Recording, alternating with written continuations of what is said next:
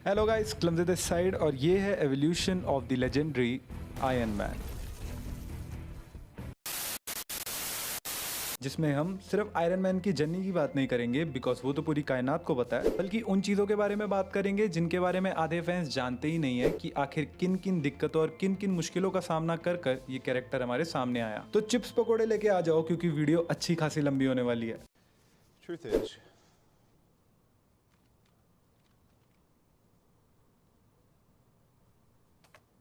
I am Iron Man.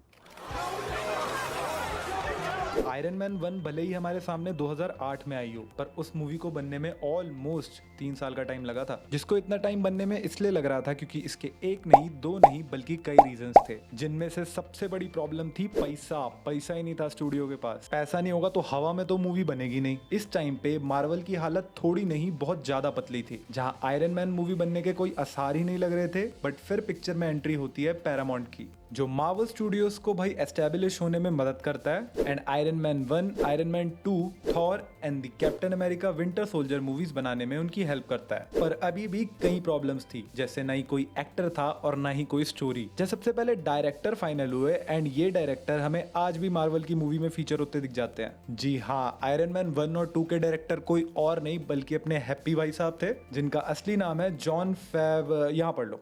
Director मिल गया but अभी भी एक्टर ढूंढना बाकी है, और जान के तुम हैरान होगे कि इस मूवी के लिए आयरन मैन के रोल के लिए आरडीजे कभी पहली चॉइस थे ही नहीं, बल्कि उस टाइम के टॉप एक्टर टॉम क्रूज को ये रोल ऑफर हुआ था। अगर हाँ कर देते तो क्या मजा आ जाता भाई, एक हाथ में मिशन इम्पॉसिबल और एक हाथ में अपनी एवेंजर्स।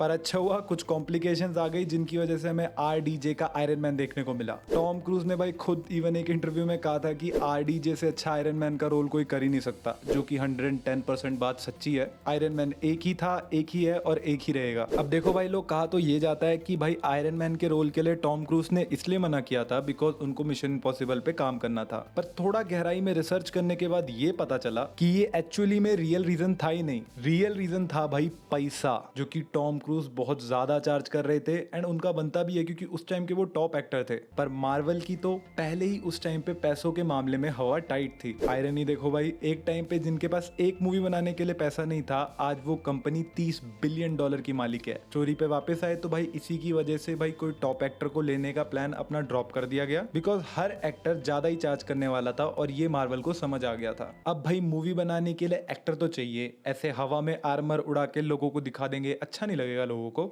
तो फिर भाई हमारी डायरेक्टर की एंट्री होती है सारे के सारे सीन के अंदर एंड वो आते हैं एक सोल्यूशन के साथ, जिस सोल्यूशन का नाम होता है mister RDJ, Robert Downey junior. उस टाइम पे आरडीजे की लाइफ का सबसे ज्यादा डाउन फेज चल रहा था एंड उनके पास ज्यादा प्रोजेक्ट थे नहीं काम करने के लिए, एंड स्टूडियो उस टाइम पे उन्हें एज आयरन मैन कास्ट करने से पहले बहुत क्वेश्चन उठा रहा था। बट भाई हमारे डायरेक्टर साहब अपने हैप्पी, अपने जॉन, बाकी यहाँ पे उनके आरडीजे के साथ काफी अच्छे रिलेशन थे, जहां उन्हें एज अ डायरेक्टर भी ये लगा कि आरडीजे के स्ट्रगल एंड आयरन मैन के स्ट्रगल सिमिलर है एंड वो आयरन मैन का कैरेक्टर बहुत अच्छे से प्ले कर सकते हैं। हाँ भाई, कौन ले रहा था एप्पी को हल्के में।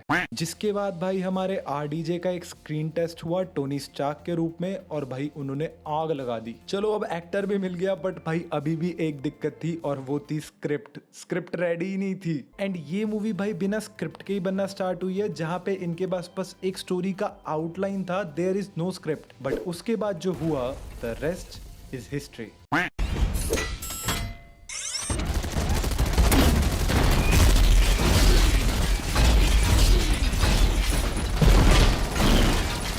अब क्योंकि पिछली मूवी ने आतंक मचा दिया भाई बॉक्स ऑफिस पे, तो अगला पार्ट तो आना ही था। 2010 आयरन मैन 2। बट अगर सब आराम से ही हो जाता तो ये वीडियो बनाने की कभी नौबत ही नहीं आती। टेरेंस हावर्ड, एक भाई इनके टंग ट्विस्टर जैसे नाम मेरी जवान ट्विस्ट हो गई है। खैर मैं कहा था, हाँ भाई ये शख्स James road AKA war machine का रोल आयरन मैन 1 में किया था एंड ये सेकंड पार्ट के लिए अप्रोच भी किए गए थे एंड भाई इन्हें इस रोल के लिए वापस भी आना था। तो फिर भाई अपने डॉन, ये कैसे भाई अपने नए वॉर मशीन, अपने नए जेम्स रोड्स बन गए और टेरेंस भाई साहब कहाँ हवा में गायब हो गए। तो हुआ भाई लोग एक्चुअली में कुछ ज्यादा नहीं था। जो चीज हर रिश्ता खराब करती है उसी चीज ने टेरेंस एंड मार्वल के रिश्ते खराब कर दिए। अब तक तो तुम लोगों ने भी गैस कर लिया होगा, पैसा। किस किसने सही गेस किया कमेंट्स में बताओ। तो हुआ ये भाई कि टेरेंस का पे कम कर दिया गया, जिसके बाद आरडीजे एंड टेरेंस के बीच में भाई टेंशंस क्रिएट हो गई, जिस टेंशंस के चल के भाई मार्वल को टेरेंस हावर्ड से भाई इन पे शिफ्ट करना पड़ा। एंड ये भाई साहब भाई आज भी अपना रोल एज वॉर मशीन बहुत सही से निभा रहे हैं। अब थोड़ी सी स्टोरी के बारे में बात कर ले तो भाई अपना टोनी स्टार्क सरकार को अपनी टेक्नोलॉजी देने से मना कर देता है, जिसके बाद हैमर भाई साहब उनकी थर्ड कॉपी उनके जैसे आयरन मैन सूट डिजाइन करने का ट्राई करती है, पर उसके चक्कर में कुछ भलती चीजें हो जाती है, जिसके साथ हमें विप्लैश का कैरेक्टर भी दिखता है एंड पूरी की पूरी स्टोरी इसी के अराउंड घूमती है। टोनी स्टार्क को खुद को एक काइंड ऑफ भाई पॉइजनिंग हो गई है, जिसकी वजह से वो अलग दिक्कत में है। अब हमारे टोनी स्टार्क एके आयरन मैन इस सारी सिचुएशन को कैसे हैंडल करेंगे, ये पूरी की पूरी मूवी इसी बारे में है। Take that off. What are you? Genius, billionaire, playboy, philanthropist. अब आती है भाई वो मूवी जिसने सब कुछ रेवोल्यूशनाइज किया, जिसने सब कुछ हमेशा के लिए बदल के रख दिया। 2012 दी एवेंजर्स। अब मैं तुम्हें भाई सबसे कमाल की बात बताता हूँ भाई, इस मूवी को बनाने का प्लान हो रहा था 2003 में। यस, सही में भाई अगर ये चीज पुल ऑफ हो जाती तो बैंकर पता नहीं कौन सा फेस चल रहा होता। तो हुआ ये 2003 में मार्वल को भाई दी एवेंजर्स का आइडिया पिच किया गया, जिसको देखते ही बिल्कुल मार्वल ने एकदम मना ही कर दिया। पर वो लाइन है ना बड़ी फेमस, देर आए पर दुरुस्त आए, भाई इस मूवी के साथ वो चीज परफेक्ट जाती है। सोच के देखो, अगर मार्वल सीधा एक एवेंजर मूवी हमारे मुंह पे मार देता तो हम कभी मार्वल के साथ इतना कनेक्ट होते ही नहीं, हमारे लिए मार्वल कभी इतना इंपॉर्टेंट ही नहीं होता। तो स्टूडियो ने फैसला किया कि सबसे पहले सारे के सारे कैरेक्टर्स को एक एक मूवी करके फीचर किया जाए एंड देन उसके बाद बनाएंगे भाई एक ग्रेट और एक ग्रैंड लेवल की एवेंजर्स मूवी, जो ये एवेंजर्स मूवी भाई डिलीवर भी करती है, जिसमें हमारा आयरन मैन, हमारा एटलस भाई ट्राई करता है उन लोगों के साथ फिट होने का जिनसे वो बिल्कुल ही अलग है। एक भगवान है, एक 70 साल का है, एक का अपना गुस्से पे कंट्रोल नहीं रहता और दो तो भाई कंफ्यूज ही हैं। पूरी मूवी में आयरन मैन के कैरेक्टर को सारे के सारे कैरेक्टर्स भाई बिल्कुल घमंडी एंड सेल्फिश समझ रहे होते हैं, पर मूवी की आखिरी में समझ आता है कि वो नहीं है। Mom, I need to call you back. Something magical is happening. Tony Stark is in my van. Keep it down. Tony Stark is in my van. No, it's not. I knew you were still alive. अब आती है भाई 2013 की iron man 3, जो movie critics ने तो इतनी पसंद नहीं की, बट भाई ऑडियंस ने कुछ ज्यादा ही पसंद कर दी। मूवी सीधा जाके रुकी भाई 1 बिलियन पे, बट तुम 1 बिलियन कमाओ या फिर 10, प्रॉब्लम्स पीछा छोड़ती ही नहीं है। यही सेम इस मूवी के साथ हुआ। सबसे पहले तो भाई डायरेक्टर ने अपने हाथ खड़े कर लिए कि भाई मैं नहीं बना रहा थर्ड पार्ट, मेरे बस की ना। तो हुआ ये कि पिछले 2 पार्ट डायरेक्ट करके हमारे हैप्पी भैया कुछ ज्यादा ही एग्जॉस्ट हो गए थे, और यही एग्जॉशन, यही भाई अपना फ्रस्ट्रेशन वो एक और आयरन मैन मूवी डायरेक्ट करके नहीं झेलना चाहते थे, जिसकी वजह से 2 धमाकेदार आयरन मैन मूवीज देने के बाद उन्होंने भाई मना कर दिया। अब आ जाती है भाई मार्वल के सर पे कतई जिम्मेदारी। वो सोचते हैं कि ये जिम्मेदारियों का पोटला आखिर किस डायरेक्टर के सर पे मारे, क्योंकि iron man 1 and iron man 2 का सक्सेस मैसिव था और तब तक तो एवेंजर्स भी आ चुकी थी। तो मार्वल अपना जिम्मेदारियों का पोटला लेके चले जाता है भाई शेन ब्लैक के पास। चलो एटलीस्ट इनका नाम तो टंग ट्विस्टर नहीं है। जहां भाई हमारे हैप्पी ने शेन ब्लैक की मदद की मूवी को डायरेक्ट करने में, बिकॉज ऑफ कोर्स उन्हें पिछली 2 मूवीज का एक्सपीरियंस था, तो उनसे अच्छा कौन ही बता सकता है कि आयरन मैन जैसे कैरेक्टर को कैसे हैंडल करना है। इस मूवी में टोनी स्टार्क के अगेंस्ट होती है एक पूरी कम्युनिटी, एक पूरा दल, मैंडरिन, जो लोगों को पकड़ते हैं एंड उनको शोले बने अंगारे बनाते हैं। एंड इसके अलावा कुछ कैरेक्टर्स के साथ हमारे टोनी स्टार्क का पास्ट रिलेशन भी है। अब लोगों को शोला बनने से भाई अपना आयरन मैन कैसे रोकेगा, इसके बारे में ये मूवी है। Stark is he's a sickness. Aw, Junior. You're gonna break your old man's heart. If I have to. Nobody has to break anything. 2015 age of Ultron. Movies की मूवीज एज ऑफ अल्ट्रॉन को चारों Avengers movies में सबसे नीचे माना जाता है। अब not because of box office but because of story. अब इस चीज पे तुम भी एग्री करोगे कि इस मूवी की स्टोरी कुछ खास नहीं थी, बट स्टोरी ही मेन रीजन नहीं था कि ये मूवी चारों एवेंजर्स मूवीज में सबसे नीचे मानी जाती है, बल्कि इस मूवी को इस तरीके से देखने का मेन रीजन ये था कि भाई इस मूवी का स्केल उस लेवल का नहीं था। जहां पहली एवेंजर्स मूवी एवेंजर्स को सेट करती है, दूसरी मूवी भाई इन्फिनिटी वॉर एंड गेम के भौकाल को सेट करती है, और भाई एंड गेम हमारी अपने आप को एक कंक्लूजन देती है। जैसे अगली 2 एवेंजर्स मूवी की अनाउंसमेंट के साथ भाई एवेंजर्स की लिस्ट खत्म नहीं हो रही, वैसे ही इन मूवीज से रिलेटेड स्यापे खत्म नहीं हो रहे, और इस मूवी में स्यापे भाई काउंटलेस थे। स्टोरी लाइन कॉम्प्लेक्सिटी, भाई शेड्यूलिंग कॉम्प्लेक्सिटी, उसके अलावा भाई अपने intensive action scenes, Scarlett Johansson pregnancy, भाई उसके अलावा क्रिएटिव डिफरेंसेस, पता नहीं कितनी कहाँ की हर जगह की प्रॉब्लम थी भाई इस मूवी में। इसमें इतनी प्रॉब्लम है कि इस पे एक अलग वीडियो बन सकती है। जॉश वेडन हमारे लेजेंडरी डायरेक्टर जिनको डीसी हमेशा याद रखेगा, उनका क्रिएटिव विजन भाई हमारे मार्वल के साथ नहीं मिल रहा था। एक्चुअली वो स्टोरी को बहुत ज्यादा मैच्योर एंड डार्क बनाना चाहते थे, and on the other hand भाई अपना मार्वल वही वाली टोन मेंटेन करके चलना चाहता था जो बाकी मूवीज की है। वेडन भाई साहब कितनी डार्क बनानी थी, जस्टिस लीग जितनी लोगों को आज भी डरावने सपने आते हैं उसके इतनी डार्क थी।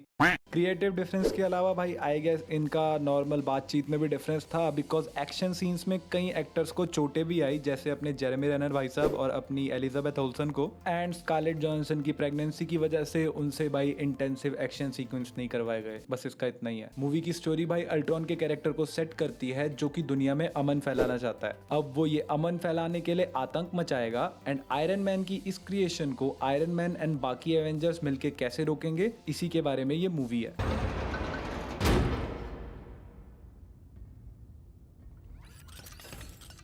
अब एक ऐसी मूवी आती है जो कि एक एवेंजर्स मूवी ना होने के बाद भी एक ऑलमोस्ट एवेंजर्स मूवी थी। हाँ, वो बात अलग है कि एवेंजर्स भाई इसमें किसी विलन के खिलाफ नहीं थे, बल्कि एक दूसरे के खून के प्यासे हो रखे थे। कैप्टन अमेरिका सिविल वॉर ये मूवी थी भाई फुल ऑफ सरप्राइजेस। यहाँ से स्पाइडरमैन आ रहा है, वहां से ब्लैक पैंथर, फुल मामला मजे मजे। जहाँ इस मूवी के बाहर छोड़ो भाई, मूवी के अंदर प्रॉब्लम्स हो रखी थी। तो हुआ कुछ ऐसा कि ज़ुकोविया अकॉर्ड हुआ भाई लागू, एंड अपने बकी भाई सोचे मैं कहाँ भागू आयरन मैन के माता पिता को टपका के। तो भाई बकी भाई भाग रहा है, उसके पीछे अपना टोनी भाई भाग रहा है, उसके पीछे अपना कैप्टन अमेरिका भाग रहा है। साथ में ही भाई अपना सुकोविया अकॉर्ड भी लागू हो गया है, जिसकी वजह से कई लोग उसके खिलाफ हैं एंड कई लोग उसके साथ। ये हो गई भाई मूवी के अंदर की प्रॉब्लम्स। अब बात करते हैं मूवी के बाहर की प्रॉब्लम्स की। Creative difference. अब ये चीज देख के मैं थोड़ा सा शॉक हो गया कि भाई इनके साथ कैसे, बिकॉज इस मूवी को the one and the only Russo brothers direct कर रहे हैं। इनके साथ मार्वल को क्या प्रॉब्लम होगी भाई? ऑलमोस्ट आधा दर्जन मार्वल की मूवीज डायरेक्ट की है इन दोनों ने,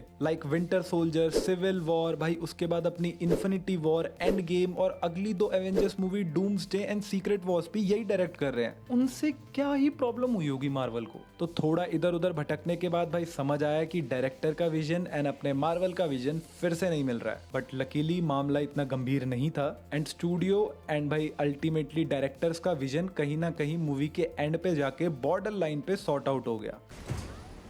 Those weapons were out there and I tried to tell you about it, but you didn't listen. None of this would have happened if you had just listened to me. If you even cared, you'd actually be here.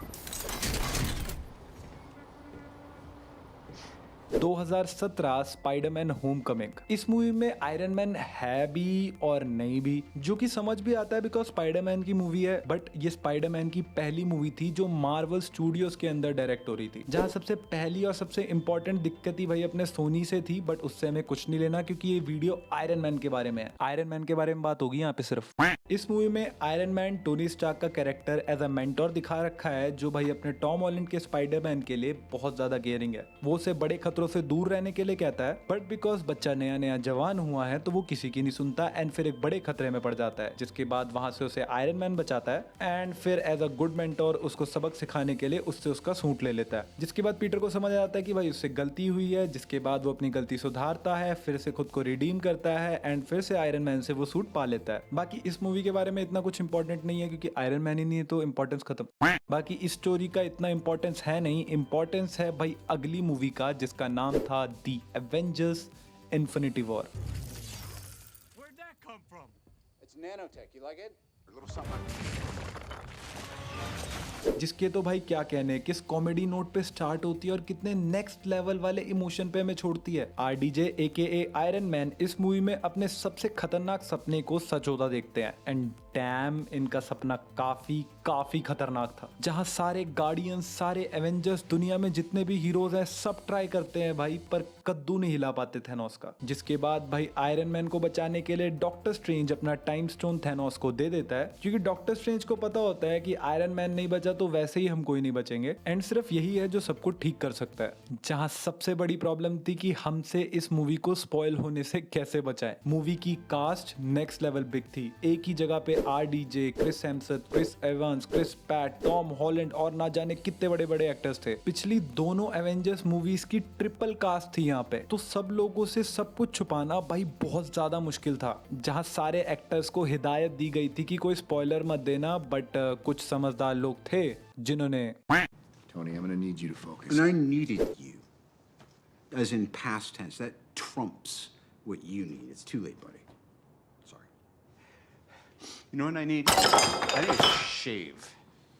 And I believe I remember telling Tony, alive and otherwise, that what we needed was a suit of armor around the world. Remember that? Whether it impacted our precious freedom. Then अब आती है भाई अपने RDJ के iron man की last movie Avengers end game, जिसने भाई Marvel के लिए इतनी छप्पड़ फाड़ छोड़ो भाई, सब कुछ आसपास जो था सब फाड़ दिया। इतनी कमाई की, $2.503 बिलियन से भी ज्यादा की कमाई की है इस मूवी ने। इतनी डिजिट एग्जिस्ट भी करती है, मुझे इससे पहले पता नहीं था। आयरन मैन एके टोनी स्टार्क पीटर पार्कर एके स्पाइडरमैन के डस्ट बन जाने से बहुत ज्यादा हताश होता है, जिसके बाद वो डिसाइड करता है कि वो एक को नहीं सबको वापस लाएगा। एंड टोनी स्टार्क एक जीनियस है, हम सबको पता है, तो वो एक दिन में एक टाइम मशीन बना भी लेता है, जहां इस मूवी को भी बहुत कुछ फेस करना पड़ा। सबसे पहले तो ये मूवी पूरे के पूरी इन्फिनिटी सैगा को खत्म करने जा रही थी। ऑलमोस्ट 22 मूवीज का कंक्लूजन होने वाली थी ये मूवी, जिसकी वजह से रूसो ब्रदर्स मूवी के डायरेक्टर्स पे नेक्स्ट लेवल प्रेशर था। बिकॉज भाई इन्फिनिटी वॉर अपनी स्टोरी से, अपने एक्शन से और हर एक चीज से हमें शॉक पहले ही कर चुकी थी, तो हमें उससे ज्यादा शॉक करने के लिए और भी कुछ चीज चाहिए थी। और इतनी बिजी स्क्रिप्ट में भाई टाइम ट्रेवल जैसे कॉन्सेप्ट को ऐड करना, तौबा तौबा। ये चीज भाई रूसो ब्रदर्स ही पुल ऑफ कर सकते थे और किसी के बस की बात नहीं है। इसके साथ ही भाई एक और प्रॉब्लम थी कि इन्फिनिटी वॉर और एंड गेम बिल्कुल एक साथ ही शूट हुई है, जिसकी वजह से एक्टर्स, डायरेक्टर, प्रोड्यूसर्स सबकी बैंड बज चुकी थी।